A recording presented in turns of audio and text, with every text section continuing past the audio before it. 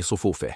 ووفقا لما ذكرته صحيفة موندو ديبورتيفو الإسبانية، فإن ثيو هرنانديز لديه أكثر من عرض خلال الفترة الأخيرة، من بينهم نادي الهلال، بالإضافة إلى بايرن ميونخ الألماني، بعد المستويات التي ظهر بها الفريق في مسابقة دوري روشن خلال الفترة الماضية.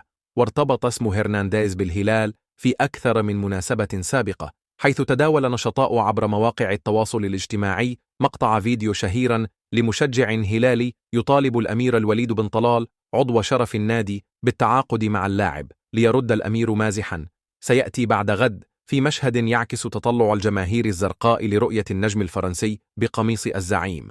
الإعلامي الإيطالي المتخصص في سوق الانتقالات نيكولو شيرا أكد عبر منصة إكس أن ثيو هرنانديز تلقى عرضا كبيرا من أحد الأندية السعودية دون الكشف عن اسم النادي بشكل صريح، إلا أن التوقعات تشير إلى الهلال كأبرز المهتمين في ظل محاولاته السابقة.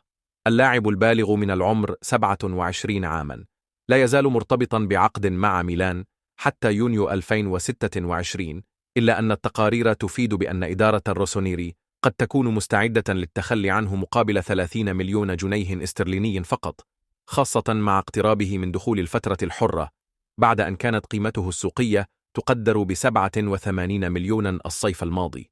شيرا أوضح أن ثيو يعطي الأولوية للاستمرار في ميلان، إلا أن استمراره مرهون باتفاق جديد مع الإدارة بشأن تمديد عقده، وهو ما لم يحدث حتى الآن.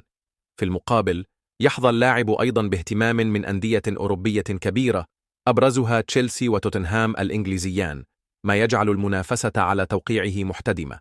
مسيرة هرنانديز بدأت مع أتلتيكو مدريد قبل أن يعار إلى ديبورتيفو ألافيس، ثم ينتقل إلى ريال مدريد في 2017 مقابل 24 مليون يورو، حيث أعير لاحقا إلى ريال سوسيداد قبل أن يحط رحاله في ميلان عام 2019 مقابل 22.8 مليون يورو. وقدم هرنانديز مستويات مميزة مع ميلان، حيث توج بالدوري الإيطالي وكأس السوبر، كما فاز مع منتخب بلاده بلقب دوري الأمم الأوروبية عام 2021. ويعد هذا الموسم من أبرز مواسمه بعدما خاض 34 مباراة في جميع المسابقات، سجل خلالها 5 أهداف وصنع 6 تمريرات حاسمة، ليبقى أحد أهم أعمدة الفريق الإيطالي حتى الآن.